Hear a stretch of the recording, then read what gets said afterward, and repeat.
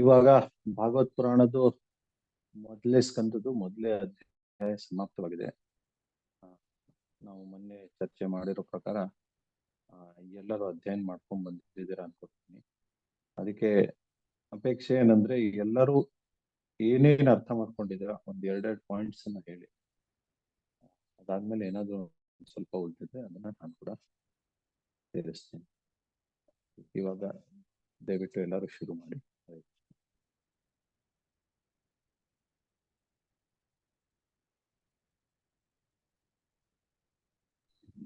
ಹರಿ ಕೃಷ್ಣ. ಇದು ಮೊದಲನೇ ಶ್ಲೋಕದಲ್ಲಿ ಏನ್ ಹೇಳಿದೆ ಅಂತ ನನಗೆ ತಿಳಿದಿರೋದಷ್ಟು ಹೇಳ್ತೀನಿ. ಭಾಗವತದ ಇವಾಗ ಮೊದಲನೇ ಶ್ಲೋಕದಲ್ಲಿ ಕೃಷ್ಣ ಅವನು ಎಲ್ಲದರ ಮೂಲ ಕಾರಣ ಅಂತ ಹೇಳ್ತಾರೆ. ಅವ್ರು ಯಾವುದೇ ಪರೋಕ್ಷವಾಗಿರ್ಬೋದು ಅಥವಾ ಪ್ರತ್ಯಕ್ಷವಾಗಿ ಅಥವಾ ಪರೋಕ್ಷವಾಗಿರುವಂತದ್ದು ಎಲ್ಲದಕ್ಕೂ ಅವರೇ ಕಾರಣ. ಇಲ್ಲಿ ವಾಸುದೇವ ಅಂತ ಕರಿತಿದ್ದಾರೆ. ಅಂದ್ರೆ ವಾಸುದೇವನ ಮಗ ಕೃಷ್ಣ. ಈ ಹೆಸರನ್ನ ಕೃಷ್ಣನೇ ಒರಿಜಿನಲ್ ಅನ್ನೋದನ್ನ ಬ್ರಹ್ಮ ಸಂಹಿತೆ ಮತ್ತೆ ಉಪನಿಷತ್ತು ಮತ್ತೆ ಸಾಮವೇದಗಳಲ್ಲಿ ಇಂತಹ ಎಲ್ಲ ಇದರಲ್ಲಿ ವೇದಗಳಲ್ಲಿ ಅದನ್ನ ಉಲ್ಲೇಖಿಸಲಾಗಿದೆ. ಸೊ ಈ ಪರಮಹಂಸಸು ಕೂಡ ಎಂತ ಬಹಳ ದೊಡ್ಡ ದೊಡ್ಡ ಋಷಿಗಳು ಕೂಡ ಇದೇ ಕೃಷ್ಣನ ಹೆಸರ ಮೇಲೆನೆ ಅವ್ರು ತಮ್ಮ ಧ್ಯಾನವನ್ನ ಮಾಡ್ತಾರೆ. ಆಮೇಲೆ ವೇದವ್ಯಾಸರು ಬಹಳಷ್ಟು ಬರೆದ್ರು ಕೃತಿಗಳನ್ನ, ವೇದಿಕ ಸಾಹಿತ್ಯಗಳನ್ನ ರಚನೆ ಮಾಡಿದ್ರು. ಆದ್ರೆ ಅವ್ರಿಗೆ ಅವೆಲ್ಲ ವೇದಗಳ ಸಾಹಿತ್ಯದಲ್ಲಿ ಅಷ್ಟು ತೃಪ್ತಿ ಸಿಗ್ಲಿಲ್ಲ. ಆಮೇಲೆ ನಾರದರ ಸಲಹೆಯಂತೆ ಅವರು ಈ ಭಾಗವತವನ್ನ ಬರೆದ್ರು. ಸೊ ಈ ಭಾಗವತದಲ್ಲಿ ಬಹಳ ಪ್ರಾಮುಖ್ಯವಾಗಿ ಅಂದ್ರೆ ಭಗವಂತನ ವರ್ಣನೆ ಇದೆ, ಅಂದ್ರೆ ಕೃಷ್ಣನ ವರ್ಣನೆ, ಕೃಷ್ಣನ ಎಲ್ಲ ಬೇರೆ ಬೇರೆ ಅವತಾರಗಳ ಬಗ್ಗೆ ವರ್ಣನೆ ಇದೆ. ಅದನ್ನ ಇವ್ರು ಬರೆದ್ರು. ಈ ಭಾಗವತ ಈ ಮಾನವ ಸಮಾಜಕ್ಕೆ ಒಂಥರ ಅದು ಯಾವ ರೀತಿಯಾದಂತಹ ಕೊಡುಗೆ ಕೊಡುತ್ತೆ ಅಂದ್ರೆ ಎಲ್ಲ ರೀತಿಯಾದಂತಹ ಪ್ರಶ್ನೆಗಳಿಗೆ ಉತ್ತರ ಇದು ಕೊಡುತ್ತೆ. ಇಂಥ ಪ್ರಶ್ನೆಗೆ ಉತ್ತರ ಇಲ್ಲ ಅಂತಿಲ್ಲ. ಎಲ್ಲ ಈ ಬ್ರಹ್ಮ ಜಿಜ್ಞಾಸ ಆಗಿರ್ಬೋದು ಅಥವಾ ಬೇರೆ ಬೇರೆ ಎನ್ಕ್ವೈರೀಸ್ ಆಗಿರ್ಬೋದು ಅದನ್ನೆಲ್ಲ ಅದಕ್ಕೆ ಉತ್ತರ ಕೊಡುತ್ತೆ. ಮತ್ತೆ ಭಾಗವತದಲ್ಲಿ ಬಹಳ ಸ್ಪಷ್ಟವಾಗಿ ಹೇಳಿದೆ, ಭಗವಂತನೇ ಸೃಷ್ಟಿಕರ್ತ, ಅವನೇ ಅದನ್ನ ಪಾಲಿಸ್ತಾನೆ, ಅದನ್ನೇ ನಾಶಗೊಳಿಸೋದು ಅವನೇ, ಎಲ್ಲವೂ ಅವನಿಂದನೇ ಆಗುತ್ತೆ. ಆದ್ರೆ ಅದಕ್ಕೆ ಬೇರೆ ಬೇರೆ ದೇವತೆಗಳು ಅವನಿಗೆ ಸಹಾಯ ಮಾಡ್ತಾರೆ ಅಥವಾ ಅವನ ಸೇವೆಯನ್ನ ಮಾಡ್ತಾರೆ. ಮತ್ತೆ ಭಗವಂತ ಇಲ್ಲಿ ಎಲ್ಲ ಜೀವಿಗಳಲ್ಲಿ ಪ್ರಮುಖವಾಗಿ ಅವನೇ ಪ್ರಮುಖ. ಮತ್ತೆ ಅವನು ಬ್ರಹ್ಮನಿಂದ ಹಿಡಿದು ಕೆಳಗಿನ ಒಂದು ಇರುವೆವರೆಗೂ ಅವನೇ ಸೃಷ್ಟಿ ಮಾಡಿದ್ದಾನೆ. ಸೊ ಎಲ್ಲ ಸೃಷ್ಟಿನೂ ಅವನಿಂದನೇ ಆಗಿದೆ ಅಂತ ಇಲ್ಲಿ ಹೇಳ್ತಿದ್ದಾರೆ. ಆಮೇಲೆ 10ನೇ ಸ್ಕಂದದಲ್ಲಿ ಭಗವಂತನ ರಾಸಲೀಲೆಗಳ ಬಗ್ಗೆನೂ ಚರ್ಚೆ ಮಾಡಿದ್ದಾರೆ ಭಗವಂತಂದು. ಪ್ರಭುಪಾದರು ಇಲ್ಲಿ ಅದನ್ನ ಹೇಳ್ತಿದ್ದಾರೆ, ನಾವು ನೇರವಾಗಿ ಭಗವಂತನ ಕೃಷ್ಣನ ರಾಸಲೀಲೆಗಳನ್ನ ಓದಕ್ ಹೋಗ್ಬಾರ್ದು, ನಮ್ಮಲ್ಲಿ ಫಸ್ಟ್ ಆ ಯೋಗ್ಯತೆ ಬರ್ಬೇಕು ಅಂತ ಹೇಳ್ತಾರೆ. ಆ ಯೋಗ್ಯತೆ ಹೇಗ್ ಬರುತ್ತೆ ಅಂತಂದ್ರೆ ನಾವು ಗಾಯತ್ರಿ ಮಂತ್ರದ ಜಪ ಅಂತಾನು ಹೇಳ್ತಾರೆ. ಯಾರು ಈ ಗಾಯತ್ರಿ ಮಂತ್ರ ಜಪ ಮಾಡ್ತಾರೆ ಅವರು ಆ ಸ್ಪಿರಿಚುವಲ್ ಅಡ್ವಾನ್ಸ್ಮೆಂಟ್ ಅಂತ ಮಾಡ್ಕೊಂಡು ಅದಾದ್ಮೇಲೆ ಆ ಒಂದು ಭಗವಂತನ ದಿವ್ಯ ಲೀಲೆಗಳನ್ನ ಅರ್ಥ ಮಾಡ್ಕೋಬಹುದು. ಒಟ್ಟಿಗೆ ನಾವಲ್ಲಿ ಜಂಪ್ ಮಾಡ್ಬಾರ್ದು ಅಂತ ಇಲ್ಲಿ ಪ್ರಭುಪಾದ್ ಹೇಳ್ತಿದ್ದಾರೆ. ಮತ್ತೆ ಈ ಭೌತಿಕ ಜಗತ್ತು ಭಗವಂತನಿಂದನೇ ಸೃಷ್ಟಿಯಾಗಿದೆ. ಇದು ಭಗವಂತನ ಬಹಿರಂಗ ಶಕ್ತಿ. ಇಲ್ಲಿ ಎಲ್ಲವೂ ಇದು ಜೀವಿಗೆ ಏನ್ ಮಾಡುತ್ತೆ ಅಂದ್ರೆ ಈ ಮಾಯೆಗೆ ಸಿಕ್ಕಾಕ್ಸ್ಬಿಡುತ್ತೆ. ಸೊ ಇದೊಂಥರ ಆಶ್ಚರ್ಯವಾಗುತ್ತೆ ಬದ್ಧ ಜೀವಿಗೆ. ಆ ಆಶ್ಚರ್ಯವನ್ನ ಸೃಷ್ಟಿ ಮಾಡಿದ್ದೇನೆ ಭಗವಂತ. ಸೊ ಈ ಬದ್ಧ ಜೀವಿಗಳಿಗೆ ಈ ರೀತಿಯಾದಂತಹ ಭೌತಿಕ ಪ್ರಪಂಚವನ್ನ ಸೃಷ್ಟಿ ಮಾಡ್ಕೊಟ್ಟಿದ್ದಾನೆ. ಮತ್ತೆ ಅವನು ಎಲ್ಲ ಇಂಜಿನಿಯರ್ ತರ, ಅವನು ದೊಡ್ಡ ಇಂಜಿನಿಯರ್, ಈ ಇಡೀ ಸೃಷ್ಟಿಯನ್ನೇ ಸೃಷ್ಟಿ ಮಾಡಿರುವಂತ ಇಂಜಿನಿಯರು. ಆದ್ರೆ ಈ ಭೌತಿಕ ಪ್ರಪಂಚ ಸೃಷ್ಟಿ ಮಾಡಿದ್ರು ಕೂಡ ಅದರಿಂದ ಅವ್ನು ದೂರ ಉಳಿತಾನೆ. ಅದರಿಂದ ಅವ್ನಿಗೆ ಯಾವುದೇ ರೀತಿಯಾದಂತ ಎಫೆಕ್ಟ್ ಆಗಲ್ಲ. ಅವನ್ ಇದ್ರಿಂದ ಹೊರಗಡೆನೆ ಉಳಿತಾನೆ. ಬಟ್ ಆದ್ರೆ ಅವ್ನ್ ಎಲ್ಲ ಗೊತ್ತು, ಈ ಜಗತ್ತಿನ ಮೂಲೆಗಳಲ್ಲಿ ಅಥವಾ ಈ ಸೃಷ್ಟಿಯ ಇದ್ರಲ್ಲಿ ಎಲ್ಲ ಏನೇನ್ ನಡೀತಿದೆ ಅಂತ ಆ ಭಗವಂತನಿಗೆ ಗೊತ್ತು. ಮತ್ತೆ ಇದರಲ್ಲಿ ಶ್ರುತಿ ಮಂತ್ರಗಳಲ್ಲೂ ಕೂಡ ಇದನ್ನ ಕನ್ಫರ್ಮ್ ಮಾಡಿದ್ದಾರೆ. ಭಗವಂತನೇ ಎಲ್ಲ ಸರ್ವ ಮೂಲ ಕಾರಣ, ಅವನ್ನ ಬಿಟ್ಟು ಮತ್ತೆ ಯಾರಿಲ್ಲ. ಆದ್ರೆ ಅವನು ಬ್ರಹ್ಮನನ್ನ ಮೊದಲು ಸೃಷ್ಟಿ ಮಾಡ್ದ. ಬ್ರಹ್ಮನನ್ನ ಸೃಷ್ಟಿ ಮಾಡಿ ಆ ಕೆಲ್ಸನ ಅವನು ಕೊಟ್ಟ ಎಲ್ಲವನ್ನ ಸೃಷ್ಟಿ ಮಾಡೋದಕ್ಕೆ. ಸೊ ಹಾಗಾಗಿ ಅವನು ಇಲ್ಲಿ ಇನ್ನೊಂದು ಮೇನ್ ಪಾಯಿಂಟ್ ಏನಂದ್ರೆ ಭಗವಂತನನ್ನ ಅಭಿಜ್ಞ ಮತ್ತೆ ಸ್ವರಾಟ್ ಅಂತ ಹೇಳ್ತಾರೆ. ಅಭಿಜ್ಞ ಅಂತಂದ್ರೆ ಎಲ್ಲವನ್ನ ಅರಿತಿರುವಂತವನು, ಅಂದ್ರೆ ಎಲ್ಲವನ್ನ ತಿಳ್ಕೊಂಡಿದ್ದಾನೆ. ಅವ್ನು ಗೊತ್ತಿಲ್ದಿರೋ ವಿಷಯ ಯಾವುದೂ ಇಲ್ಲ. ಮತ್ತೆ ಸ್ವರಾಟ್ ಅಂತಂದ್ರೆ ಅವ್ನ್ ಪೂರ್ತಿ ಸ್ವತಂತ್ರ, ಅವನಿಗೆ ಅವ್ನ್ ಯಾರ ಮೇಲೂ ಅವನು ಅವಲಂಬನೆ ಮಾಡ್ಬೇಕು ಅನ್ನೋಂಥದ್ದಿಲ್ಲ. ಆದ್ರೆ ಎಷ್ಟೋ ನಾಸ್ತಿಕರು ಇದನ್ನ ಅರ್ಥ ಮಾಡ್ಕೊಳ್ಳೋದಿಲ್ಲ. ಅರ್ಥ ಮಾಡ್ಕೊಳ್ದೇನೆ ಅವರು ಇದ್ರ ವಿರುದ್ಧ ಹೋರಾಡ್ತಾರೆ, ಅದೇ ಹಿರಣ್ಯಕಶಿಪು ಮತ್ತೆ ರಾವಣ ತರ. ಬಟ್ ಆದ್ರೆ ಅವ್ರು ತಮ್ಮ ಸಾವನ್ನ ಕೂಡ ತಾವು ಅವರು ನಿಯಂತ್ರಿಸ್ಕೊಳ್ಳಿಕ್ಕೆ ಅಥವಾ ಅದರಿಂದ ತಪ್ಪಿಸ್ಕೊಳ್ಳಿಕ್ಕೆ ಆಗ್ಲಿಲ್ಲ ಅಂತ ಇಲ್ಲಿ ಪ್ರಭುಪಾದ್ ಬರೀತಾರೆ. ಸೊ ಯಾರು ಇಂತಹ ಒಬ್ಬ ಪುರುಷನಿಗೆ ಅಂದ್ರೆ ಮೂಲ ಪುರುಷ ಎಲ್ಲದರ ಒಡೆಯನಾಗಿರ್ತಾನೆ, ಇಂಥವರ ಶರಣಿಗೆ ಯಾರು ಹೋಗ್ತಾರೆ ಅಥವಾ ಅವ್ರ ಆಶ್ರಯವನ್ನ ಪಡಿತಾರೆ, ಅವರು ಮಹಾತ್ಮರಾಗಿ ಆಗ್ತಾರೆ ಅಂತ ಇಲ್ಲಿ ಹೇಳ್ತಿದ್ದಾರೆ. ಯಾವ್ದಾದ್ರು ಪಾಯಿಂಟ್ಸ್ ಬಿಟ್ಟು ಹೋಗಿದ್ರೆ ಯಾರಾದ್ರೂ ಮತ್ತೆ ಆಡ್ ಮಾಡಿ. ಹರೇ ಕೃಷ್ಣ. ಮತ್ತೆ ನೆಕ್ಸ್ಟ್ ಯಾರು ಮಾಡ್ತೀರಾ? ಏನೇನು ಅರ್ಥ ಆಗಿದೆ ಮೊದಲೇ ಅಧ್ಯಾಯದಿಂದ? ಹರೇ ಕೃಷ್ಣ ಪ್ರಭು. ಹಾಗೆ ಗಾಯತ್ರಿ ಮಂತ್ರನ ಓದೋದ್ರಿಂದ ಭಾಗವತನ ಓದೋ ಅರ್ಹತೆ ಪಡ್ಕೊಂತಾರೆ ಅಂತ ಹೇಳ್ತಾರೆ. ಮತ್ತೆ ಇಲ್ಲಿ 5ರಿಂದ 8 ಶ್ಲೋಕಗಳಲ್ಲಿ ವ್ಯಾಸಾಸನದ ಮೇಲೆ ಸ್ವಲ್ಪ ಮಾಹಿತಿಯನ್ನ ಕೊಟ್ಟಿದ್ದಾರೆ.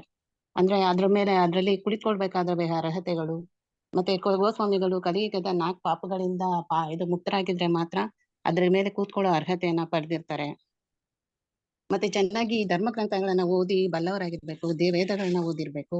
ಮತ್ತೆ ಆಧ್ಯಾತ್ಮಿಕ ಜೀವನದಲ್ಲಿ ನಾವು ಯಶಸ್ವಿಯಾಗಬೇಕಾದ್ರೆ ಗುರುವನ್ನ ನಾವು ಮೊದಲು ತೃಪ್ತಿಪಡಿಸ್ಬೇಕು ಅಂತ ಹೇಳಿದ್ದಾರೆ. ಆ ಗುರುವನ್ನ ತೃಪ್ತಿಪಡಿಸಿದರೆ ದೇವೋತ್ತಮ ಪುರುಷನನ್ನ ತೃಪ್ತಿಪಡಿಸಿದ ಹಾಗೆ ಅನ್ನೋ ರೀತಿಯಾಗಿ ಪ್ರಭುಪಾದ ಹೇಳಿದ್ದಾರೆ. ಮತ್ತೆ ಹಾಗೆ ಕಲಿಯುಗದ ಜನರು ಯಾವ ರೀತಿ ಕೆಟ್ಟ ಅಭ್ಯಾಸಗಳಿಂದ ತಮ್ಮ ಜೀವಿತ ಅವಧಿಯನ್ನ ಕಡಿಮೆ ಮಾಡ್ಕೊಳ್ತಿದ್ದಾರೆ, ಮತ್ತೆ ಯಾವ್ಯಾವ ದುಷ್ಟತೆಯಿಂದ ತಪ್ಪುದಾರಿ ಎಳಿತಿದ್ದಾರೆ, ಮತ್ತೆ ಕಲಿಯುಗದ ಜನರನ್ನ ಸಿನಿಮಾ, ಕ್ರೀಡೆ, ಈ ಜೂಜು ಮುಂತಾದ ಇಂದ್ರಿಯ ತೃಪ್ತಿ ಚಟುವಟಿಕೆಗಳು ಹೇಗೆ ತಪ್ಪುದಾರಿಗೆ ಎಳಿತಾ ಇದೆ ಅದರ ವಿವರಣೆಗಳನ್ನ ಕೊಟ್ಟಿದ್ದಾರೆ. ಮತ್ತೆ ಈ ಕಲಿಯುಗದ ಜನರಿಗೆ ತಮ್ಮ ಕುಟುಂಬವನ್ನ ಬಿಡಲು ಸಾಧ್ಯ ಆಗದೇ ಇರೋದ್ರಿಂದ ಕಾರಣ ಅವ್ರಿಗೆ ಆಧ್ಯಾತ್ಮಿಕ ವಿಮೋಚನೆ ಸಿಗೋದು ಸ್ವಲ್ಪ ದುಸ್ತರ, ಅದೇ ಕಡಿಮೆ ಆಗ್ತಿದೆ ಅಂತ ಹೇಳ್ತಿದ್ದಾರೆ. ಮತ್ತೆ ಇನ್ ಮುಂದಿನ ಶ್ಲೋಕಗಳಲ್ಲಿ ಮಾಡಿದ್ರೆ ದೇವಕಿಯ ಗರ್ಭದಲ್ಲಿ ಕೃಷ್ಣ ಯಾಕೆ ಜನಿಸಿದ್ರು, ಮತ್ತೆ ಜನಿಸಿದ ಕಾರಣ ಏನು, ಮತ್ತೆ ಅವನ ಅವತಾರಗಳ ಬಗ್ಗೆ ಮತ್ತೆ ಅವನ ಅವತಾರಗಳ ಬಗ್ಗೆ ತಿಳಿಯಲು ಪ್ರಾಮಾಣಿಕ ಶ್ರವಣ ಮಾಡಲು ಉತ್ಸಾಹಿ ಆಗಿರ್ಬೇಕು. ಮತ್ತೆ ಪ್ರವಚನ ಮಾಡೋರು ಗುರು ಪರಂಪರೆಯಿಂದ ಬಂದವರಾಗಿರ್ಬೇಕು. ಅದದ ವಿವರಣೆ ಇದೆ. ಮತ್ತೆ ಇಲ್ಲಿ ಮುಖ್ಯವಾಗಿ ಕೃಷ್ಣನ್ಗೂ ಮತ್ತೆ ಕೃಷ್ಣನ ನಾಮಕ್ಕೂ ಯಾವ ವ್ಯತ್ಯಾಸ ಇಲ್ಲ ಅನ್ನೋದನ್ನ ಇಲ್ಲಿ ಮುಖ್ಯವಾಗಿ ಹೇಳ್ತಾ ಇದ್ದಾರೆ 14ನೇ ಶ್ಲೋಕಗಳಲ್ಲಿ.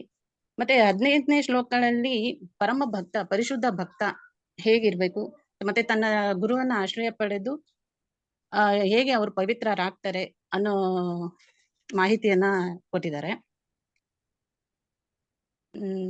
ಮತ್ತೆ ಇನ್ನೊಂದು ಈ ಕಥೆ ಕಾದಂಬರಿಗಳ ಮತ್ತೆ ಕಥೆ ಕಾದಂಬರಿ ಇದನ್ನೆಲ್ಲ ಇರೋದ್ರಲ್ಲಿ ಮತ್ತೆ ಭಗವಂತನ ದಿವ್ಯ ಲೀಲೆಗಳಿಗೆ ತುಂಬಾ ವ್ಯತ್ಯಾಸ ಇದೆ. ಯಾವ ತರ ವ್ಯತ್ಯಾಸ ಇದೆ ಅದು ಕೊಟ್ಟಿದ್ದಾರೆ. ಮತ್ತೆ ಸತ್ಯಯುಗದ ಜನರು ಎಷ್ಟು ವರ್ಷ ಜೀವಿತ ಬರುತ್ತಿದ್ರು, ಮತ್ತೆ ತ್ರೇತಾಯುಗದ ಜನರು ಎಷ್ಟು ವರ್ಷ, 10,000 ವರ್ಷ, ಮತ್ತೆ ಸತ್ಯಯುಗದ ಜನರು 1,00,000 ವರ್ಷ ಜೀವಿಸ್ತಾ ಇದ್ರು, ಮತ್ತೆ ದ್ವಾಪರ ಯುಗದಲ್ಲಿ 1,000 ವರ್ಷ ಜೀವಿಸ್ತಾ ಇದ್ರು. ಈ ಕಲಿಯುಗದಲ್ಲಿ 100 ವರ್ಷಕ್ಕೆ ಇಳಿದಿದೆ. ಅದಕ್ಕೆ ಕಲಿಯುಗದಲ್ಲಿ 100 ವರ್ಷಕ್ಕೆ ಜೀವಿತಾವಧಿ ಇಳಿದಿರೋದಕ್ಕೆ ಕಾರಣ ಮತ್ತೆ ಅದಕ್ಕೆ ಯಾವ ರೀತಿ ಜನರು ತಪ್ಪುದಾರಿಗೆ ಎಳಿತಿದ್ದಾರೆ ಅದ್ರ ಮೇಲೆ ಮಾಹಿತಿ ಇದೆ. ತುಂಬಾ ಚೆನ್ನಾಗಿ ಅಧ್ಯಯನ ಮಾಡಿದ್ರೆ ಬಹಳಷ್ಟು ಪಾಯಿಂಟ್ಸ್. ಮತ್ತೆ ಯಾರಾದ್ರೂ ಏನಾದ್ರು ಹೇಳ್ಬೋದು? ಇನ್ನು ಸುಮಾರು ವಿಷಯಗಳಿದೆ. ಇದೆಲ್ಲರದ್ದು ಆದ್ಮೇಲೆ ನಾನು ಕೆಲವೊಂದು ಪ್ರಶ್ನೆಗಳನ್ನ ಕೇಳ್ತೀನಿ.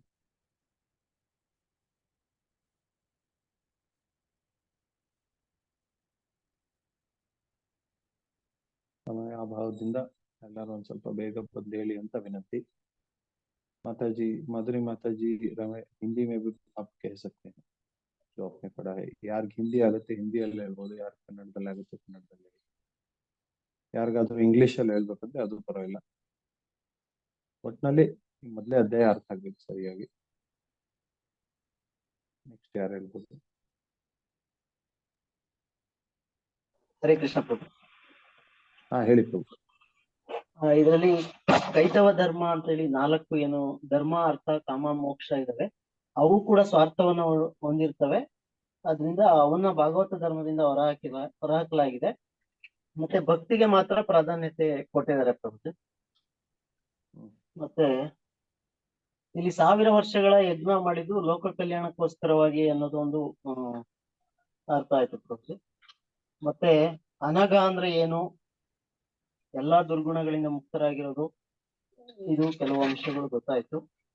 ಮತ್ತೆ ಭಗವಂತ ಅಂದ್ರೆ ಏನು ಅನ್ನೋ ಪದದ ಅರ್ಥ ಗೊತ್ತಾಯ್ತು ಪ್ರಭುಜಿ. 6 ಐಶ್ವರ್ಯಗಳನ್ನ ಹೊಂದಿರೋದು ಅಂತ, ಸೌಂದರ್ಯ, ಸಂಪತ್ತು, ಶಕ್ತಿ, ಯಶಸ್ಸು, ಜ್ಞಾನ, ವೈರಾಗ್ಯ ಇವುಗಳನ್ನ ಹೊಂದಿರುವವರೇ ಭಗವಂತ ಅನ್ನೋದು ಗೊತ್ತಾಯ್ತು.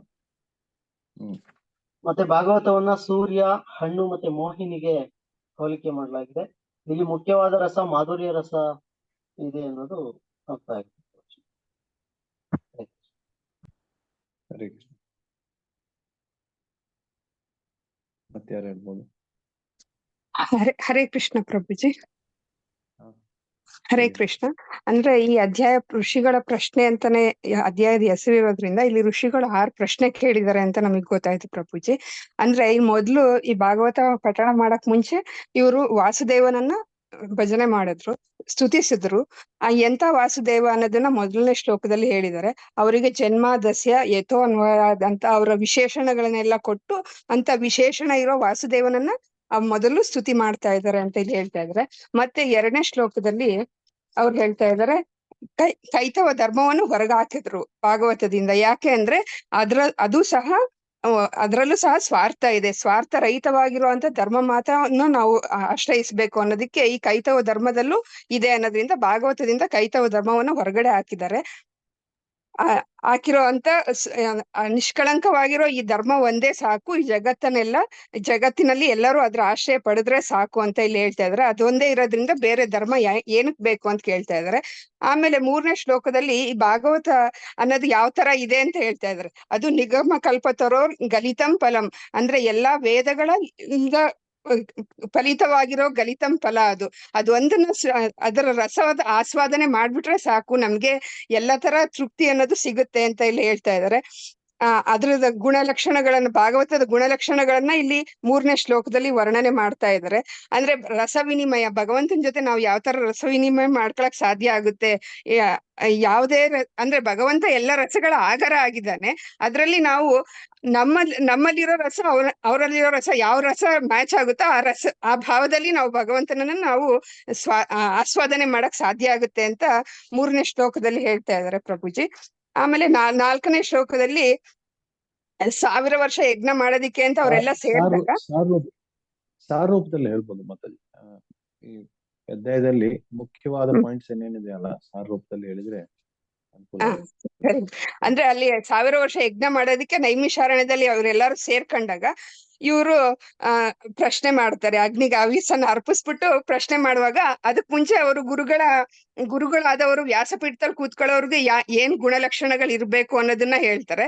ಮತ್ತೆ ಅದನ್ನ ಕೇಳೋಂತ ಶಿಷ್ಯರಿಗೆ ಇರ್ಬೇಕಾದ ಅರ್ಹತೆಗಳನ್ನು ಸಹ ಅವರು ಹೇಳ್ತಾರೆ. ಅದನ್ನು ಹೇಳ್ತಾರೆ, ಇದನ್ನು ಹೇಳ್ತಾರೆ.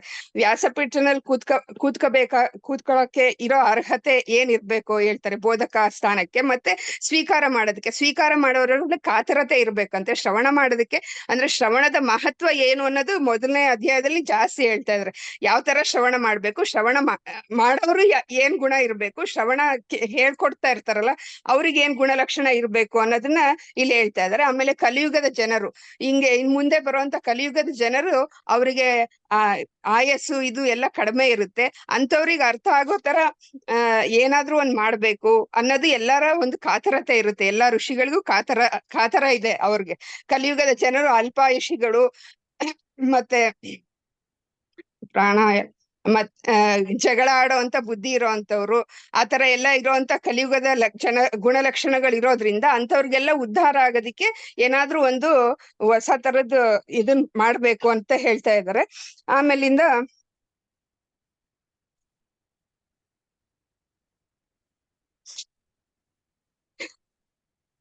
ಅದಕ್ಕೆ ಅದೇ ಇದ್ರಲ್ಲಿ ಅವ್ರು 1ನೇ ಪ್ರಶ್ನೆ ಕೇಳೋದು ಜನಸಾಮಾನ್ಯರಿಗೆ ಮೂಲಭೂತವಾಗಿ ಶುಭಕರವಾಗಿರುವಂತದ್ದು ಯಾವುದು ಅನ್ನೋದನ್ನ ಅವರೆಲ್ಲರೂ ಕೂತ್ಕೊಂಡು, ಎಲ್ಲಾ ಋಷಿ ಮುನಿಗಳು ಕೂತ್ಕೊಂಡು ಚರ್ಚೆ ಮಾಡ್ತಾ ಇದ್ದಾರೆ. ಅದು ಕಲಿಯುಗದ ಜನರು ಅಲ್ಪಾಯುಷಿಗಳಾಗಿರೋದ್ರಿಂದ ಅವ್ರಿಗೆ ಪ್ರಯೋಜನಕ್ಕೆ ಬರೋವಂಥದ್ದಾಗಿರ್ಬೇಕು ಅಂತ ಅದು ಒಂದು ಹೇಳ್ತಾ ಇದ್ದಾರೆ. ಆದ್ರೆ ಇದನ್ನೆಲ್ಲ ನೀವು ಆ ಪ್ರಶ್ನೆ ಕೇಳೋದಕ್ಕೆ ಕಾರಣ ಏನಪ್ಪಾ ಅಂದ್ರೆ ಅಲ್ಲಿ ವಾಚನ ಬಂದಿದಾರಲ್ಲ ಗುರುಗಳು, ಅವರು ಎಲ್ಲಾ ಧರ್ಮ ಗ್ರಂಥಗಳನ್ನು ಓದಿರೋ ಅಂತವ್ರು. ನೀವು ಬಹುಕಾಲ ಅಧ್ಯಯನ ಮಾಡಿ ಬೇರೆ ಬೇರೆ ಎಲ್ಲಾ ಧರ್ಮ ಗ್ರಂಥಗಳನ್ನು ಅಧ್ಯಯನ ಮಾಡಿದ್ರೆ ನಮ್ಗೆ ಕಲಿಯುಗದವರೆಗೆ ಅದನ್ನೆಲ್ಲ ಅಧ್ಯಯನ ಮಾಡಕ್ಕೆ ಸಮಯನೂ ಇರಲ್ಲ, ಇದು ಇರಲ್ಲ. ಆದ್ರಿಂದ ಎಲ್ಲರೂ ಸಾರವನ್ನು ನಮ್ಗೆ ಕೊಟ್ಬಿಡಿ, ನಮ್ಗೆ ಅದಷ್ಟೇ ಸಾಕು, ನಾವು ಆ ಸಾರದಿಂದನೇ ನಾವೆಲ್ಲ ತಿಳ್ಕೊಳಕ್ ಪ್ರಯತ್ನ ಮಾಡ್ತೀವಿ ಅಂತ ಇಲ್ಲಿ ಅದನ್ನು ಒಂದು ಕೇಳ್ತಾ ಇದಾರೆ ಪ್ರಭುಜಿ.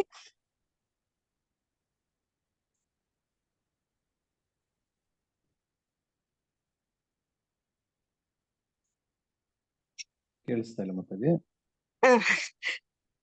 ನಾನು ಫುಲ್ ಎಲ್ಲ ಪಾಯಿಂಟ್ಸ್ ಮಾಡಿಲ್ಲ ಪ್ರಭುಜಿ, ಹಂಗಾಗಿ ನನಗ್ ಸ್ವಲ್ಪ ಕಷ್ಟ ಆಗ್ತದೆ. ಬೇರೆಯವ್ರು ಹೇಳಂಗಿದ್ರೆ ಹೇಳಿ ಪ್ರಭುಜಿ. ಮತ್ತೆ ಯಾರಾದ್ರೂ ಹೇಳ್ಬೋದಾ? ಯಾರಾದ್ರೂ ಭಾಗವತದ ಸಾಧನ ಚತುಷ್ಟಯಗಳು ಹೇಳ್ಬೋದಾ?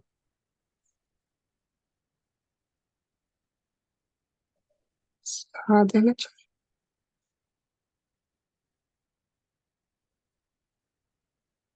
ಆರಂಭದಲ್ಲಿ ನಾವು ಸಾಧನ ಚತುಷ್ಟಯ ಚರ್ಚೆ ಮಾಡ್ತೇವೆ. ಯಾವುದೇ ಗ್ರಂಥದಲ್ಲಿ ಒಬ್ಬ ಲೇಖಕ ಆರಂಭದಲ್ಲಿ ಸಾಧನ ಚತುಷ್ಟಯ ಹೇಳಲೇಬೇಕು. ಇದು ಕಡ್ಡಾಯವಾಗಿದೆ ವೈದಿಕ ಗ್ರಂಥ. ಇವತ್ತಿನ ಗ್ರಂಥಕಾರರಿಗೆ ಗೊತ್ತಿಲ್ಲ. ವಿಷಯ, ಪ್ರಯೋಜನ, ಅಧಿಕಾರಿ, ಸಂಬಂಧ, ಇವಕ್ಕೆ ಸಾಧನ ಚತುಷ್ಟಯ. ಭಾಗವತದ ಸಾಧನ ಚತುಷ್ಟಯ ಏನು? ಸರಿ, ಮತ್ತೆ ಯಾರಿಗಾದ್ರೂ ಇದ್ ಮಾಡೋದಿದೆಯಾ? ನಾನು ಪ್ರಶ್ನೆ ಇವಾಗ ಕೇಳಲ್ಲ. ಮತ್ತೆ ಯಾರಿಗಾದ್ರೂ ಮತ್ತೆ ಬೇರೆಯವರು ಸಮರೈಸ್ ಮಾಡಿ. ರಮೇಶ್ ಪ್ರಭು ಬರ್ತಾ ಇದಾರೆ, ದಿನ ಮಾಧುರಿ ಮಾತಾಜಿ ಬರ್ತಾರೆ, ಶ್ರೀಧರ್ ಪ್ರಭು ಇದ್ದಾರೆ, ಶಿವಶಂಕರ್ ಪ್ರಭು, ವಿರಾಮ್ ಪ್ರಭು ಇದ್ದಾರೆ. ಮತ್ತೆ ಯಾರು ಮಿಸ್ ಮಾಡ್ಕೊಂಡೆ ಅಂತ ಗೊತ್ತಿಲ್ಲ. ये 1 ತಿಂಗಳು ಫುಲ್ ಅಟೆಂಡ್ ಮಾಡಿದ್ದಾರೆ. हरे कृष्णा प्रभु जी, जैसे ये भगवान विष्णु एक विशाल वृक्ष तुल्य है, सारे देवी देवताएं मतलब वो पत्तियों की तरह है। अगर हम जड़ में पानी डालें तो सारे वृक्ष को सींचते हैं, उस तरह हम अगर विष्णु या कृष्णा को अगर हम पूजे तो सारे देवी देवता वहीं पूजे जाते हैं, वैसा इसमें बताया गया है। और ऐसे बताया है कि भगवान के शुद्ध भक्त की कृपा बहुत जरूरी होती है।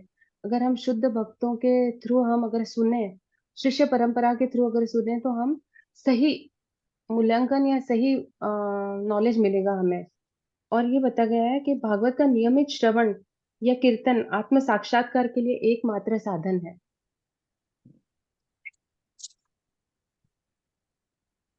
जी माताजी, बहुत अच्छे पॉइंट। और कोई है? और कुछ पॉइंट है? जो थे वो बोल दिया ना प्रभु जी, जो मेरे पास और थे वो ऑलरेडी कह दिया है। इन और आगे कहा हुआ है ऑलरेडी।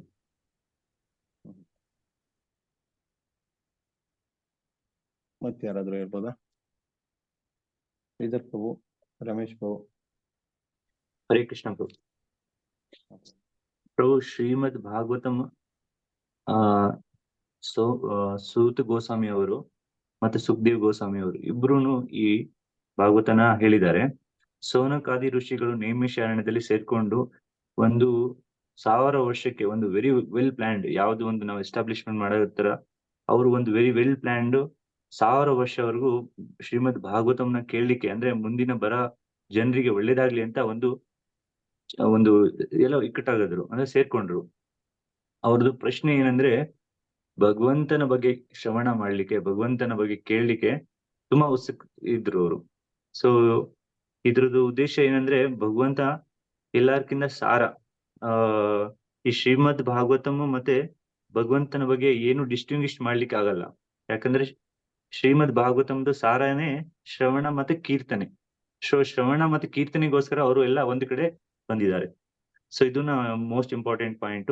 ಸೊ ಅವರು ಭಗವಂತನ ಬೇರೆ ಬೇರೆ ಲೀಲೆಗಳನ್ನು ಕೇಳಲಿಕ್ಕೆ, ಭಗವಂತ ಯಾವ ಕಾಲದಲ್ಲಿ ಏನೇನ್ ಲೀಲೆ ಮಾಡಿದ್ದಾರೆ ಅದನ್ನೆಲ್ಲ ತಿಳ್ಕೊಳ್ಲಿಕ್ಕೆ ಬಂದ್ರು. ತಾಕಿ ಆ ತಿಳ್ಕೊಳದ ಪ್ರಶ್ನೆ ಏನಿತ್ತು ಅಂದ್ರೆ, ನೆಕ್ಸ್ಟ್ ಏನು ನಮ್ಮ ನೆಕ್ಸ್ಟ್ ಬರ್ತಾರೆ ಅವ್ರಿಗೆ ಇದನ್ನ ಕಂಟಿನ್ಯೂಟಿ ಆಗ್ಲಿ ಅಂತ, ಅಂದ್ರೆ ಭಗವಂತನ ಏನು ಲೀಲೆಗಳು ಇದೆ ಎಲ್ರಿಗೂ ಸೇರ್ಲಿ ಅಂತ ಒಂದು ಉದ್ದೇಶ ಅವ್ರದ್ದು. ಸೊ ಇದೇ ಈ ಉದ್ದೇಶದಿಂದ ಎಲ್ರಿಗೂ ಭಗವಂತ ಸಿಗ್ತಾರಂತ ಅವ್ರಿಗೆ ಕಾನ್ಫಿಡೆನ್ಸ್ ಇತ್ತು. ಮತ್ತೆ ಕೈತವ ಧರ್ಮ ಆಗ್ಬೋದು ಅಥವಾ ಬೇರೆ ಬೇರೆ ಧರ್ಮನ ಅವರೆಲ್ಲ ಬೇಡ, ಭಗವಂತನ ಭಕ್ತಿ ಒಂದೇ ಇಂಪಾರ್ಟೆಂಟು, ಅದ್ರ ಒಂದಿದ್ರೆ ಸಾಕು ಭಗವಂತ ಸಿಗ್ತಾನೆ ಅಂತ ಅವರೆಲ್ಲ ಡಿಸ್ಕಸ್ ಮಾಡಿದ್ರು. ಎಸ್ ಪ್ರಭು, ಧನ್ಯವಾದ. ಧನ್ಯವಾದ ಪ್ರಭು.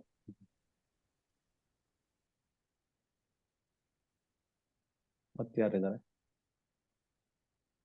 ಹರೇ ಕೃಷ್ಣ ಪ್ರಭುಜಿ, ದಂಡ ಪ್ರಣಾಮ ಪ್ರಭು. ಹಾ, ಸೊ ಇಲ್ಲಿ ಮೈನ್ ಇವಾಗ ನಾವ್ ಎಲ್ಲರೂ ಸೇರಿರೋದು ಆ ಆ, ಪರೀಕ್ಷಿತ್ ಮಹಾರಾಜ 7 ದಿವಸದಲ್ಲಿ ಅವರ ಅಂತ್ಯ ಇದೆ ಅಂತ. ಸೊ ಎಲ್ಲರೂ ಸೇರಿದ್ದಾರೆ, ಎಲ್ಲರೂ ಸೇರಿ ಆ ಮ- ಪ್ರಶ್ನೆ ಕೇಳ್ತಾ ಇದ್ದಾರೆ. ಇಲ್ಲಿ ಯಾವುದು ಒಳ್ಳೇದು ಅಂದ್ರೆ ಭಗವಂತನ ಕತೆ ಕೇಳದೆ ಮೈನ್. ಆಮೇಲೆ ಭಾಗವತ ಅಂದ್ರೆ ಏನಕ್ಕಿದೆ ಅಂತ ಇಲ್ಲಿ ನಾವು ತಿಳ್ಕೊಬಹುದು. ಅಂದ್ರೆ ಹನ್ನೊಂದನೇ ಶ್ಲೋಕದಲ್ಲಿ there are many various scriptures, ಬೇರೆ ಬೇರೆ ಎಷ್ಟೋ ಸ್ಕ್ರಿಪ್ಚರ್ಸ್ ಇದೆ. ಆದ್ರೆ in all of them they are many prescribe duties, ಬೇರೆ ಬೇರೆ ಕೈತವ ಧರ್ಮ ಡ್ಯೂಟೀಸ್ ಎಲ್ಲ ಇದೆ. ಬಟ್ ಈ Bhagavata learned after many years study various division, therefore says ಇದು ಎಸೆನ್ಸ್ ಆಫ್ ಎಲ್ಲ ಸ್ಕ್ರಿಪ್ಚರ್ದು ಎಸೆನ್ಸ್ ಇದು. ಹಂಗಾಗಿ ನಮ್ಗೆ ಇದನ್ನ ತಿಳಿಸ್ಕೊಡಿ ಅಂತ ಸೂತ ಗೋಸ್ವಾಮಿ ಕೇಳ್ತಾ ಇದ್ದಾರೆ. ಆಮೇಲೆ ಎಲ್ಲ ಸಾರ ಇದೆ ಇದ್ರಲ್ಲಿ. ನಾವು ಎಷ್ಟೊಂದು ಶಾಸ್ತ್ರಗಳೆಲ್ಲ ಕೇಳಕ್ ಆಗಲ್ಲ. ಈ ಭಾಗವತ ಒಂದು ನಾವು ತಿಳ್ಕೊಂಡು ಭಾಗವತನ ನಾವು ಶ್ರವಣ ಓದ್ತಾ ಇದ್ರೆ ನಮ್ಗೆ ಲೈಫಲ್ಲಿ ಎಲ್ಲ ಆಗತ್ತೆ ಅನ್ಸುತ್ತೆ ಪ್ರಭು. ನೀವು ಇದರಲ್ಲಿ ಎಲ್ಲ ಹೇಳಿದ್ದೀರಾ ನೀವು ಮೊದಲನೇ ಅಧ್ಯಾಯದಲ್ಲಿ. ನಾನ್ ಜಸ್ಟ್ ಇವಾಗ ಸಮರೈಸ್ ಮಾಡಕ್ ಆಗ್ತಾ ಇಲ್ಲ. ಹರೇ ಕೃಷ್ಣ, ನೀವ್ ಹೇಳಿ ಪ್ರಭು. ತುಂಬಾ ಧನ್ಯವಾದ ಪ್ರಭು. ಇನ್ನೊಂದು ಪಾಯಿಂಟ್ ಇದೆ. ಈ ಒಂದೇ ಒಂದು ಅಂದ್ರೆ ಲಾಸ್ಟ್ ಧರ್ಮ ಕೃಷ್ಣ ಈ ಜಗತ್ತನ್ನ ಬಿಟ್ಟು ಹೋದಾಗ, ಅಂದ್ರೆ ಅವನ್ ತನ್ನ ಧಾಮಕ್ ಹೋದ್ಮೇಲೆ ಈ ಧರ್ಮ ಎಲ್ಲಿ ಹೋಯ್ತು ಅಂದಾಗ ಇದು ಭಾಗವತದಲ್ಲಿ ಸೇರ್ಕೊಂಡಿದೆ. ಅಂದ್ರೆ ಈಗ ಧರ್ಮ ಈಗ ಭಾಗವತದಲ್ಲಿದೆ ಅಂತ ಇದ್ರಲ್ಲಿ ಒಂದು ಪಾಯಿಂಟ್ ಹೇಳಿದ್ದಾರೆ.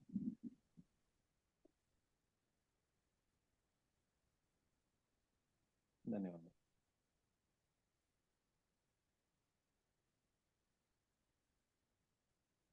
ಮತ್ತೇನಿದೆ? ಮತ್ತೆ ಈ ಕಲಿಯುಗದ ಭವಸಾಗರವನ್ನು ದಾಟಬೇಕು ಅಂದ್ರೆ ಭಾಗವತದಂತ ನೌಕಾಧಿಪತಿಯನ್ನು ಇಟ್ಕೊಂಡ್ರೆ ಮಾತ್ರ ಇದು ಕಲಿಯುಗವನ್ನ ಅಲ್ಲಿ ಬರೋ ದುಃಖವನ್ನ ದಾಟಕ್ ಸಾಧ್ಯ ಅಂತ ಇಲ್ಲಿ ಹೇಳ್ತಾರೆ ಪ್ರಭುಜಿ. ಶ್ರವಣ ಅದೆಲ್ಲ ನಾವು ಮುಂದೆ ಬರುತ್ತೆ. ಗುರುವಿಂದ ತಗೋಬೇಕು ಅಂತಾನು ಇದೆ ಪ್ರಭು. ಹರೇ ಕೃಷ್ಣ ಪ್ರಭುಜಿ. ಶ್ರೀಧರ್ ಪ್ರಭು ಹೇಳ್ತೀರಾ? ನೀನ್ ಹೇಳೋಣ ಅನ್ಕೊಂಡೆ ಎಲ್ಲ ಹೇಳ್ಬಿಟ್ಟಿದ ಪ್ರಭು. ಇನ್ನೇನ್ ನಾನು ಅದು 2ನೇ ಅಧ್ಯಾಯದ್ದು ಹೇಳ್ಬೇಕ. 2ನೇ ಇಲ್ಲ, ಇವಾಗ ನಾನ್ ಕ್ವಶನ್ ಕೇಳ್ಬೇಕು. ಇನ್ನು ಸುಮಾರು ಮಿಸ್ ಆಗಿತ್ತು. ನಾನು ಇವತ್ತು ಕ್ವಶನ್ ಕೇಳ್ಬೇಕು. ಅದೇ ಒಂದು ಪಾಯಿಂಟ್ಸ್ ಅಂದ್ರೆ ಭಗವದ್ಗೀತೆ ಭಗವಂತ ಅರ್ಜುನನ್ಗೆ ಹೇಳಿದ್ನ ನಾವ್ ಕೇಳಿಸ್ಕೊಂತಾ ಇರ್ತೀವಿ. ಅದೇ ಭಾಗವತಮ್ಮ ಡೈರೆಕ್ಟ್ ಭಗವಂತನೇ ಹೇಳ್ತಾ ಇರ್ತಾನೆ ಅಂತ ಪ್ರಭುಪಾದ್ ಅವರು ಹೇಳಿದ್ದಾರೆ. ಅಂದ್ರೆ ಯಾವ ಪದನು ನಾವ್ ಅವಾಗ ಮಿಸ್ ಮಾಡಂಗಿಲ್ಲ. ಭಾಗವತಂ ಶ್ರವಣ ಮಾಡ್ಬೇಕಾದ್ರೆ ಯಾವ ಪದನು ಮಿಸ್ ಮಾಡಂಗಿಲ್ಲ. ಆ ತರ ಇದ್ ಮಾಡ್ಬೇಕು. ಮತ್ತೆ ವ್ಯಾಸಾಸನದ ಮೇಲೆ ಕೂತ್ಕೊಳ್ಳೋರ್ಗೆ ಅರ್ಹತೆ ಏನಿರ್ಬೇಕು, ಮತ್ತೆ ಅವ್ರು ಕೇಳ್ತಕ್ಕಂತ ಭಕ್ತರಿಗೆ ಯಾವ ರೀತಿ ಅರ್ಹತೆ ಇರ್ಬೇಕು ಅನ್ನೋದು ಅದು ವೆರಿ ಇಂಪಾರ್ಟೆಂಟ್ ಈಗಿನ ಇದ್ರಲ್ಲಿ ಪ್ರವಚನಕ್ಕೆ ಅನ್ನೋದು. ಅದೊಂದು ಮೇನ್ ಪಾಯಿಂಟ್ಸ್ ಇದ್ರಲ್ಲಿ ಅರ್ಥ ಆಗುತ್ತೆ. ಮತ್ತೆ ಹರೇ ಕೃಷ್ಣ ಪ್ರಭುಜಿ. ಪ್ರಭು ಹೇಳಿ. ವೇದವ್ಯಾಸರು ವೇದಗಳನ್ನು ಅವರು ಬರ್ದಿದ್ದಾಗ ಅವರಿಗೆ ಅದರಲ್ಲಿ ತೃಪ್ತಿ ಸಿಗದೆ ಹೋದ ಕಾರಣಕ್ಕೆ ಮತ್ತೆ ಅವರು ಭಾಗವತಮನ್ನ ಅವರು ಎಲ್ಲ ನಾರದರ ಒಂದು ಆದರ್ಶದ ಮೇಲೆ ಎಲ್ಲ ಒಂದು ವೇದಗಳ ಸಾರವನ್ನು ಭಾಗವತಮಲ್ಲಿ ಅವ್ರು ಬರ್ಕೊಂಡು ಹೋಗಿದ್ದಾರೆ ಪ್ರಭುಜಿ. ಧನ್ಯವಾದ. ಓಕೆ ಪ್ರಭುಜಿ. ಜ್ಯೋತಿ ಮಾತಾಜಿ ಏನಾದ್ರು ಹೇಳ್ತೀರಾ?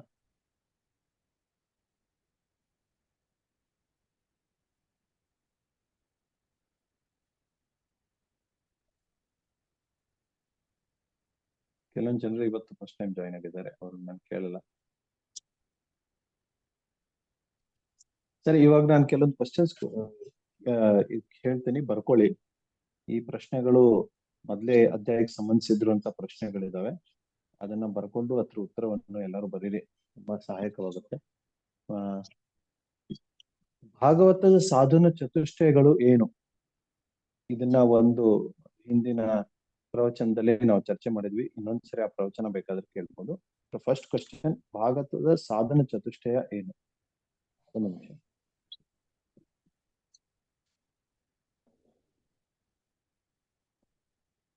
ಎಲ್ಲರೂ ಬರ್ಕೊಂಡಿರಿ ಅನ್ಕೊಳ್ತೇನೆ. ಯಾರ ಹತ್ರ ಪೆನ್ನು ಪೇಪರ್ ಇಲ್ಲ, ಆಮೇಲೆ ರೆಕಾರ್ಡಿಂಗ್ ಕೇಳಿ ಕೂಡ ಮತ್ತೆ ಬರ್ಕೋಬಹುದು. ಋಷಿಗಳು ಕೇಳಿದ 6 ಪ್ರಶ್ನೆಗಳು ಯಾವುವು? ಇದನ್ನ ಬರೀಬೇಕು. ಋಷಿಗಳು ಕೇಳಿದ 6 ಪ್ರಶ್ನೆಗಳು ಯಾವುವು? ಇವೆಲ್ಲ ದೊಡ್ಡ 5 ಮಾರ್ಕ್ಸ್ ಕ್ವಶನ್ ಇರೋ ತರ ಸ್ವಲ್ಪ ವಿಸ್ತಾರವಾಗಿದ್ದು. ಆಮೇಲೆ ಭಾಗವತ ಪ್ರವಚನ ಮಾಡುವಂತ ವಕ್ತ ಅವರಲ್ಲಿ ಏನೇನು ಯೋಗ್ಯತೆಗಳಿವೆ? ಸ್ಪೀಕರ್ ಭಾಗವತವನ್ನು ಯಾರು ಹೇಳ್ತಾರೆ ಅವರಲ್ಲಿ ಏನು ಯೋಗ್ಯತೆಗಳು ಇರ್ತವೆ?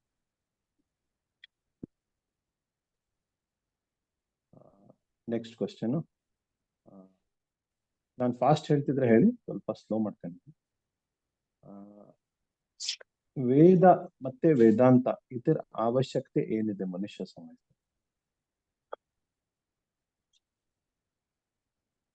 ಮುಂದಿನ ಪ್ರಶ್ನೆ, ಶ್ರೋತ ಪ್ರವಚನವನ್ನು ಕೇಳುವಂತ ವ್ಯಕ್ತಿಯ ಯೋಗ್ಯತೆ ಏನಿರ್ಬೇಕು? ಅವರಲ್ಲಿ ಏನ್ ಗುಣಗಳು? ಮುಂದಿನ ಪ್ರಶ್ನೆ, ಎಲ್ಲ ಶಾಸ್ತ್ರಗಳ ಸಾರ ಏನು? प्रभु जी थोड़ा सा धीरे बोलिए। जी जी, मतलब मैं हिंदी में भी रिपीट श्रोता में करूंगा बाद में। मैं हिंदी में भी फिर से बताऊंगा। ಎಲ್ಲ ಶಾಸ್ತ್ರಗಳ ಸಾರ ಏನು? ಕೊನೆ ಪ್ರಶ್ನೆ, ಇದು ಎಲ್ಲಾ ಶಾಸ್ತ್ರಗಳ ಸಾರ ಏನು? ಇದು ನಾವು ಬೇಕಾದಷ್ಟು ಬರೀಬಹುದು, ಆದ್ರೆ ಕರೆಕ್ಟ್ ಆಗಿ ಪ್ರಭುಪಾದರು ಇಲ್ಲಿ ಏನ್ ಪಾಯಿಂಟ್ಸ್ ಕೊಟ್ಟಿದ್ದಾರೆ ಆ ಪಾಯಿಂಟ್ಸ್ ಅಷ್ಟು ಬರೆದ್ರೆ ಸಾಕು. ಅಷ್ಟು ಆ ಪಾಯಿಂಟ್ಸ್ ಬಹಳ ಇಂಪಾರ್ಟೆಂಟ್. ಕೊನೆಗೆ ಕಲಿಯುಗದ ಜನರ ಲಕ್ಷಣ ಏನು? लास्ट मैं फिर से हिंदी में बताता हूँ। भागवत के साधन चतुष्टय क्या है? ये पहला प्रश्न है। दूसरा प्रश्न है, ऋषियों के 6 प्रश्न क्या है? भागवत प्रवचनकर्ता की क्या योग्यताएं हैं? मनुष्य समाज में वेद और वेदांत की क्या आवश्यकता है? अगला प्रश्न है, भागवत श्रोता जो श्रवण करते हैं उनकी क्या योग्यता है? ಪ್ರಭು 5ನೇದು ಹೇಳಿ ಪ್ರಭು, ಇಂಗ್ಲಿಷ್ ಕನ್ನಡ. ಭಾಗವತ ಶ್ರೋತ ಶ್ರವಣಕರ್ತ ಏನಿದ್ದಾನೆ ಅವಂದು ಏನ್ ಯೋಗ್ಯತೆ?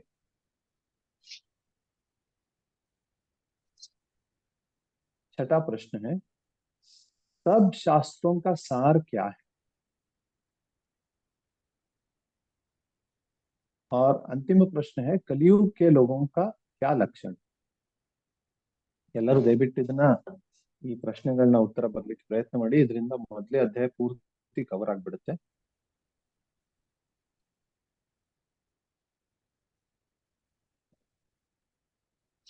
ಋಷಿಗಳ 6 ಪ್ರಶ್ನೆಗಳು ನಾನು ಹೇಳ್ಬಿಡ್ತೇನೆ ಇಲ್ಲಿ. ಎಲ್ಲ ಜನರಿಗೆ ಸರ್ವಶ್ರೇಷ್ಠ ಹಿತ ಅಂದ್ರೆ ಏನು? ಇದು ಒಂದು ಪ್ರಶ್ನೆ.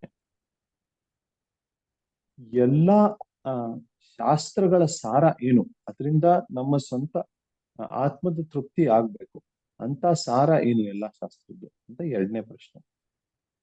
ಭಗವಾನ್ ಶ್ರೀಕೃಷ್ಣ ದೇವಕಿಯ ಗರ್ಭದಲ್ಲಿ ಯಾಕೆ ಬಂದರು? ಇದು ಮೂರನೇ ಪ್ರಶ್ನೆ.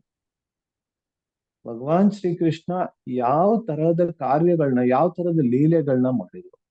ನಾಲ್ಕನೇ ಪ್ರಶ್ನೆ. ಐದನೇ ಪ್ರಶ್ನೆ ಏನಂದ್ರೆ, ಭಗವಾನ್ ಶ್ರೀಕೃಷ್ಣನ ಅವತಾರಗಳು ಯಾವುವು ಅಂತ. ಕೊನೆ ಪ್ರಶ್ನೆ ಏನಂದ್ರೆ, ಇವಾಗ ಕೃಷ್ಣ ಈ ಭೂಮಿಯನ್ನು ಬಿಟ್ಟು ಹೋಗಿದ್ದಾರೆ, ಧರ್ಮ ಎಲ್ಲಿ ಆಶ್ರಯ ತಗೊಂಡಿದೆ? ಇವು 6 ಪ್ರಶ್ನೆಗಳನ್ನ ಋಷಿಗಳು ಕೇಳಿದ್ದಾರೆ. ಸಾಧನ ಚತುಷ್ಟಯ ವಿಷಯ ಪ್ರಯೋಜನ ಅಧಿಕಾರಿ ಸಂಬಂಧ. ವಿಷಯ ಕೃಷ್ಣ ದೇವೋತ್ತಮ ಪರಮಪುರುಷ. ಪ್ರಯೋಜನ ಭೌತಿಕ ಆಸೆಗಳ ನಾಶ ಮತ್ತೆ ಶುದ್ಧ ಕೃಷ್ಣ ಭಕ್ತಿ ಹೃದಯದಲ್ಲಿ ಸ್ಥಾಪನೆ ಆಗುವುದು, ಇದು ಪ್ರಯೋಜನ.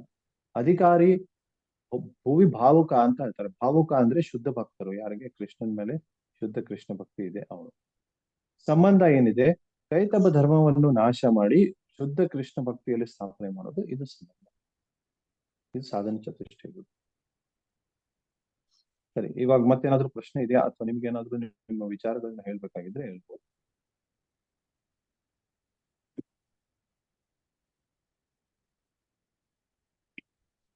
ಈ ತರ ಕ್ವಶನ್ ಆನ್ಸರ್ ಇದ್ರೆ ಚೆನ್ನಾಗಿರುತ್ತಲ್ಲ, ಇಷ್ಟ ಆಗುತ್ತೆ.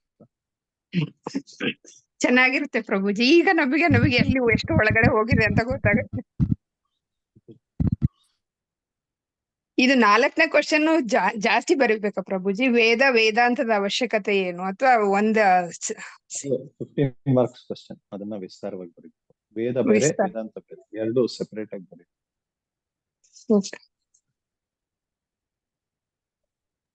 ಪ್ರಭು ಇದನ್ನೆಲ್ಲ ಬರ್ದೆ ನಮ್ಗೆ ಭಕ್ತಿ ವೇದಾಂತ ಟೈಟಲ್ ಕೊಡ್ತೀರಾ ಪ್ರಭು? ಭಕ್ತಿ ವೇದಾಂತ ತುಂಬಾ ದೂರ ಇದೆ ಇನ್ನು. ಅಲ್ಲ, ಭಕ್ತಿ ವೇದಾಂತದ ಹತ್ರ ಹೋಗಕ್ ಬಿಡ್ತಾರಷ್ಟೇ ಪ್ರಭುಜಿ ಇದೆಲ್ಲ ಬರೆದ್ರೆ.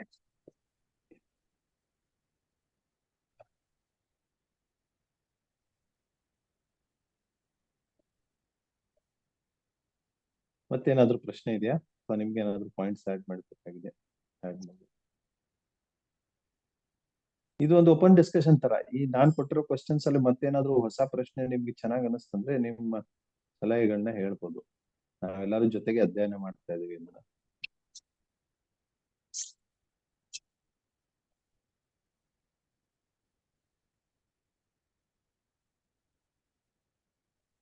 ಸರಿ, ಮತ್ತೇನಿಲ್ಲ ಅನ್ಕೊಳ್ತೀನಿ.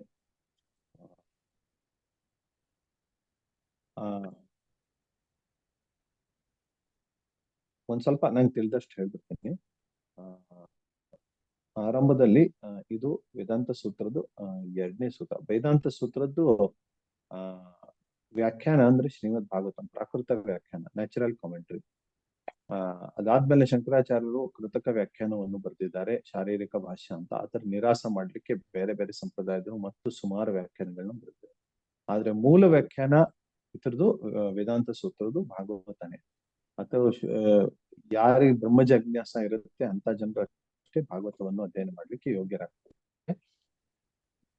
ಆ ವ್ಯಕ್ತಿ ಜನ್ಮಾದ್ಯಸ್ಯತಃ, ಈ ಜನ್ಮ ಮೃತ್ಯು ಜನ್ಮ ಆದಿ ಎಲ್ಲ ಏನಿರುತ್ತೆ, ಜನ್ಮ ಮೃತ್ಯು ಸೃಷ್ಟಿ ಸ್ಥಿತಿ ಪ್ರಳಯ ಏನೇನಿರುತ್ತೆ ಎಲ್ಲದನ್ನ ಮೀರಿದ್ದಾರೆ. ಇವು ಯಾವ ಅವರಿಗೆ ಸಂಬಂಧವಾಗಲ್ಲ ಅಂತ ದೇವೋತ್ತಮ ಪರಮ ಪುರುಷನ ನಾವು ಧ್ಯಾನ ಮಾಡ್ಬೇಕು. ಅವ್ರನ್ನ ಬಿಟ್ಟು ಬೇರೆ ಯಾರು ಧ್ಯಾನ ಮಾಡ್ಬಾರ್ದು ಅಂತ ಮೊದಲೇ ಶ್ಲೋಕದಲ್ಲಿ ಹೇಳ್ತಾರೆ.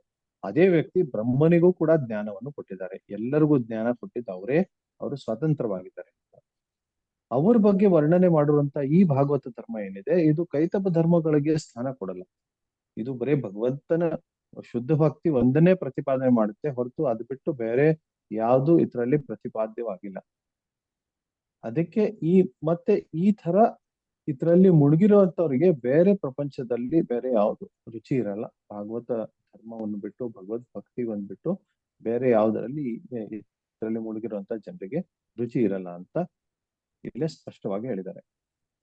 ಈಗ ನೈಮಿಷಾರಣ್ಯದ ಋಷಿಗಳು ಎಲ್ಲರೂ ಸೇರ್ಕೊಂಡು ಸೂತ ಗೋಸ್ವಾಮಿಗೆ ಶ್ರೇಷ್ಠ ಸ್ಥಾನವನ್ನು ಕೊಟ್ಟು ಮೊದಲು ಗುಣಗಾನ ಮಾಡ್ತಾರೆ. ಏನಂತೆ, ನೀವು ಎಲ್ಲಾ ವೇದ ಶಾಸ್ತ್ರಗಳನ್ನ ಅಧ್ಯಯನ ಮಾಡಿದಿರಾ, ವೇದಾಂತವನ್ನು ಕೂಡ ತಿಳ್ಕೊಂಡಿದ್ದೀರಾ. ಅದಕ್ಕೆ ವೇದಾಂತವನ್ನು ಎಲ್ಲಾ ತಿಳ್ಕೊಂಡಿರೋ ಕಾರಣದಿಂದ ನಮ್ಮ ಪರಿಸ್ಥಿತಿ ಏನಿದೆ, ಕಲಿಯುಗ ಜನರದು ಆಯುಷ್ಯ ಕಡಿಮೆ ಇದೆ. ಆಯುಷ್ಯ ಕಡಿಮೆ ಇದ್ದು ಅವರಿಗೆ ಅಧ್ಯಾತ್ಮದಲ್ಲಿ ರುಚಿ ಕೂಡ ಇಲ್ಲ, ಆಲಸ್ಯ ಇದೆ. ಇಂಥ ಜನರಿಗೆ ಹೇಗೆ ಉದ್ಧಾರ ಆಗೋದು? ಅದಕ್ಕೆ ಎಲ್ಲ ಶಾಸ್ತ್ರದ ಸಾರವನ್ನು ತಿಳಿಸಿ ಹೇಳಿ, ಅದರಿಂದ ಏನಾಗುತ್ತೆ, ತುಂಬಾ ಸುಲಭವಾಗುತ್ತೆ. ಅದೇನಿದೆ ಶಾಸ್ತ್ರದ ಸಾರ, ಈ 6 ಪ್ರಶ್ನೆಗಳಿದಾವೆ. ಈ 6 ಪ್ರಶ್ನೆಗಳ ಉತ್ತರವನ್ನು ನಮಗೆ ತಿಳಿಸಿ ಹೇಳಿ. ಅದರಿಂದ ನಮ್ಗೆ ಏನಾಗುತ್ತೆ, ನಮಗೆ ಮಾರ್ಗದರ್ಶನ ಆಗುತ್ತೆ. ಯಾಕಂದ್ರೆ ನಿಮ್ಮಂತ ಶುದ್ಧ ಭಕ್ತರು ಬೇಕು. ನಿಮ್ಮಂತ ಶುದ್ಧ ಭಕ್ತರು ಇಲ್ಲ ಅಂದ್ರೆ ನಮಗೆ ಹೇಗ ಅರ್ಥ ಆಗುತ್ತೆ. ಗಂಗಾ ನದಿ, ಯಾರು ಗಂಗಾ ನದಿಯಲ್ಲಿ ಸ್ನಾನ ಮಾಡ್ತಾರೆ, ಮುಳುಗಿ ಹೇಳ್ತಾರೆ, ಅಂತ ಜನರು ಶುದ್ಧ ಆಗ್ತಾರೆ. ಆದ್ರೆ ಭಕ್ತರು ಆತರ ಅಲ್ಲ. ಬರೀ ಅವ್ರ ದರ್ಶನದಿಂದ, ಬರೀ ಅವ್ರ ಹತ್ರ ಶ್ರವಣದಿಂದ ಪಾವನ ಆಗ್ತದೆ ಮನುಷ್ಯ ಜೀವನ. ಮತ್ತೆ ಇನ್ನೊಂದೇನಂದ್ರೆ ಹರಿನಾಮದ ಮಹತ್ವ ಬಹಳ ಇದೆ. ಹರಿನಾಮದಿಂದ ಎಲ್ಲಾ ದೋಷಗಳು ನಿವಾರಣೆ ಆಗುತ್ತೆ. ಭಾಗವತ ಶ್ರವಣದಿಂದ ಕೂಡ ಎಲ್ಲಾ ದೋಷ ನಿವಾರಣೆ ಆಗುತ್ತೆ. ಆ ಕಾರಣದಿಂದ ನಿಮ್ ಮುಂದೆ ಬಂದು ಕೂತ್ಕೊಂಡಿದ್ದೇವೆ. ದಯವಿಟ್ಟು ನಮಗೆ ಮಾರ್ಗದರ್ಶನ ಮಾಡಿ ಅಂತ ಇಲ್ಲೇ ನಾನು ತಿಳಿದವರಷ್ಟು ಕೆಲವೊಂದು ಪಾಯಿಂಟ್ ಹೇಳಿದೆ.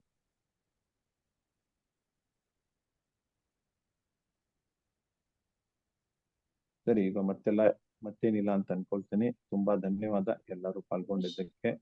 ಆ, ರಾಧಾ ಮಾತಾಜಿ ತುಂಬಾ ಚೆನ್ನಾಗಿ ಸಂಬ್ರೈಸ್ ಮಾಡಿದ್ರು. ಅದಾದ್ಮೇಲೆ ರಮೇಶ್ ಪ್ರಭು ಕೂಡ ಮಾಡಿದ್ರು, ಕಮಲಾ ಮಾತಾಜಿ, ಅಭಿರಾಮ್ ಪ್ರಭು, ಮಾಧುರಿ ಮಾತಾಜಿ, ರವಿ ಪ್ರಭು ಕೂಡ ತುಂಬಾ ಚೆನ್ನಾಗಿ ಮಾಡಿದ್ದಾರೆ.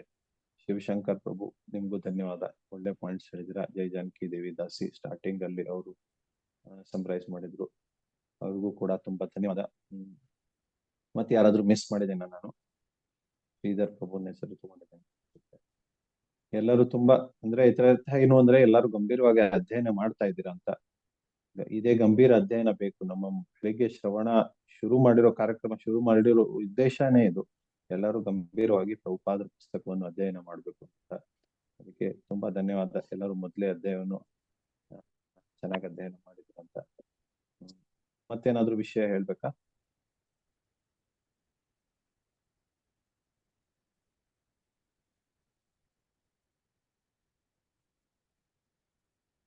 ಅಭಿರಾಮ್ ಪ್ರಭು, ಮತ್ತೇನಾದ್ರೂ ವಿಷಯ ಇದೆಯಾ? ಹರೇ ಕೃಷ್ಣ ಪ್ರಭು. ಇನ್ನೇನು ನೀವು ನಮ್ನೆಲ್ಲಾನು ಗಂಭೀರ ಸ್ಟೂಡೆಂಟ್ಸ್ ಮಾಡ್ತಾ ಇದ್ದೀರಾ ಪ್ರಭು, ಅದೇ ಇನ್ನೇನಿಲ್ಲ. ಧನ್ಯವಾದ ಪ್ರಭು.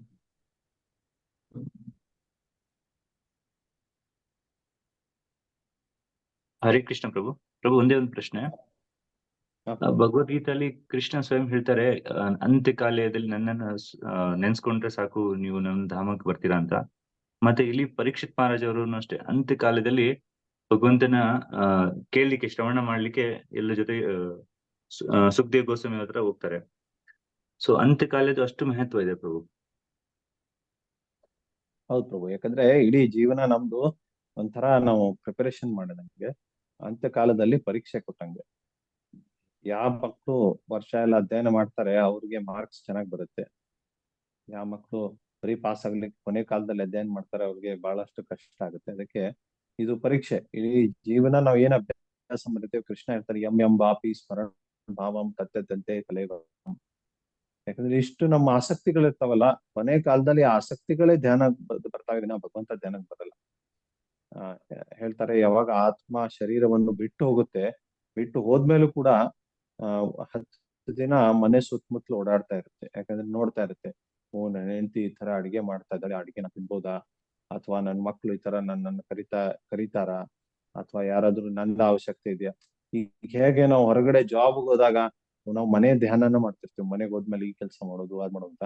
ಅದೇ ತರ ದೇಹ ತ್ಯಾಗ ಮಾಡಿ ಹೊರಗಡೆ ಹೋದ್ಮೇಲೂ ಕೂಡ ಮನೆ ಧ್ಯಾನ ಇರುತ್ತೆ ಅಂತ ಸ್ವಲ್ಪ. ಅದಕ್ಕೆ ಆ ಆಸಕ್ತಿಯಿಂದ ಮತ್ತೆ ಜನ್ಮ ಆಗುತ್ತೆ. ಅದಕ್ಕೆ ಅಂತ್ಯಕಾಲ ಬಹಳ ಮಹತ್ವಪೂರ್ಣವಾದದ್ದು. ನಾವು ಭಗವಂತ ಬಿಟ್ಟು ಬೇರೆ ಏನಾದ್ರೂ ಆಸಕ್ತಿ ಇಟ್ಕೊಂಡ್ರೆ ಅದಕ್ಕೆ ಮತ್ತೆ ಜನ್ಮ ಸಿಗುತ್ತೆ. ಅದಕ್ಕೆ ಬಹಳ ಮುಖ್ಯವಾದದ್ದು. ಧನ್ಯವಾದ.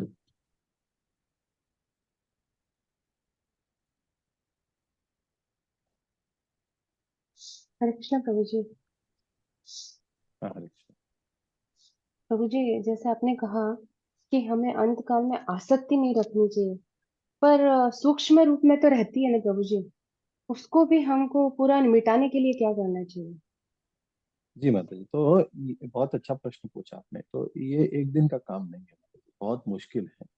इसलिए भगवान श्री कृष्ण कहते हैं कि हर एक व्यक्ति का एक स्वधर्म होता है। ब्राह्मण हो, क्षत्रिय हो, वैश्य हो, शूद्र हो, स्त्री हो, सबका अपना अपना स्वधर्म होता है। तो अपना स्वधर्म पालन करते करते भगवान कृष्ण का ध्यान श्रवण कीर्तन करते जाएंगे तो अपने आप आत्मा शुद्धि की तरफ जाएगी। तो उनको सिर्फ सिंसियरली वो प्रयत्न करते रहना चाहिए। तो करते रहेंगे तो अपने आप वो शुद्धि की तरफ जाएगी, कुछ अलग से प्रयत्न करने की आवश्यकता नहीं। तो इसलिए प्रभुपाद ने जो कार्यक्रम दिया है, सुबह जल्दी उठना है, हरे कृष्ण जप करना है, भक्तों के संग में भागवत श्रवण करना है, सेवा करना है, और फिर अपना स्वधर्म पालन करते रहना है, इतना हम करते जाएंगे तो परिपूर्णता अपने आप आ जाएगी। अलग से प्रयत्न की आवश्यकता नहीं।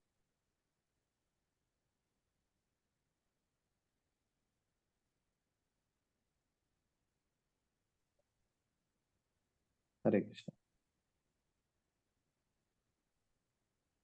ಸರಿ ಪ್ರಭು, ಹಾಗಿದ್ರೆ ಕ್ಲೋಸ್ ಮಾಡೋಣ. ಅಭಿರಾಮ್ ಪ್ರಭು. ಹರೇ ಕೃಷ್ಣ ಪ್ರಭು. ಎಸ್ ಪ್ರಭು. ನಾಳೆ ಏನಿರುತ್ತೆ ಪ್ರಭು?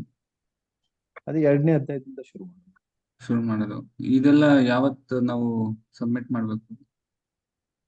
ಅದು ನೀವು ನೋಡಿ ಆದಷ್ಟು ಬೇಗ ಎಲ್ಲ ಬರೆದು ಕಳಿಸ್ಕೊಡಿ ಅನುಕೂಲ.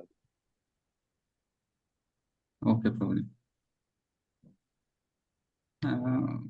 ಅದನ್ನೇನ ಒಂದು ಡ್ರೈವ್ ಮಾಡ್ಬಿಟ್ಟು ಎಲ್ಲರೂ ಅಲ್ಲಿ ಅಪ್ಲೋಡ್ ಮಾಡುದಾ ಇಲ್ಲಾಂದ್ರೆ ನಿಮಗ್ ಹಂಗ್ ಕಳ್ಸದ? ಡ್ರೈವ್ ಮಾಡ್ಬಿಟ್ಟು ಎಲ್ಲರೂ ಅವ್ರವ್ರ ಹೆಸರಿಂದ ಫೈಲ್ ಮಾಡಿ ಕಳಿಸ್ಬೋದು. ಯಾರಿಗೆ ಅದು ಕಷ್ಟ ಆಗುತ್ತೆ, ವಯಸ್ಸಾದವ್ರಿಗೆ ಅಷ್ಟು ಟೆಕ್ನಾಲಜಿ ಇರ್ಲಿಕ್ಕಿಲ್ಲ, ಅವ್ರು ಬೇಕಾದ್ರೆ ವೈಯಕ್ತಿಕವಾಗಿ ಕಳ್ಸಿದ್ರು ಪರವಾಗಿಲ್ಲ. ಓಕೆ ಪ್ರಭುಜಿ, ಯಾರಿಗಾದ್ರೂ ಧನ್ಯವಾದ. ಸಂಡೆ ಬಂದು ಬರೆದು ಕೊಡೋದಿದ್ರೆ ಅದು ಪರವಾಗಿಲ್ಲ. ಇದೆಲ್ಲ ಟೆಕ್ನಾಲಜಿ ಕಷ್ಟ ಆಗ್ತದೆ. ಓಕೆ ಪ್ರಭು, ಧನ್ಯವಾದ ಪ್ರಭುಜಿ. ಹರೇ ಕೃಷ್ಣ. ವಾಂಛಾ ಕಲ್ಪತರುಭ್ಯಶ್ಚ ಕೃಪಾ ಸಿಂಧುಭ್ಯೇವ ಚ ಪತಿತಾನಾಂ ಪಾವನೇಭ್ಯೋ ವೈಷ್ಣವೇಭ್ಯೋ ನಮೋ ನಮಃ. ಅನಂತ ಕೋಟಿ ವೈಷ್ಣವ ವೃಂದ ಕಿ ಜಯ. ಹರೇ ಕೃಷ್ಣ. ಹರೇ ಕೃಷ್ಣ. ಹರೇ ಕೃಷ್ಣ ಪ್ರಭುಜಿ, ಧನ್ಯವಾದಗಳು. ಧನ್ಯವಾದ.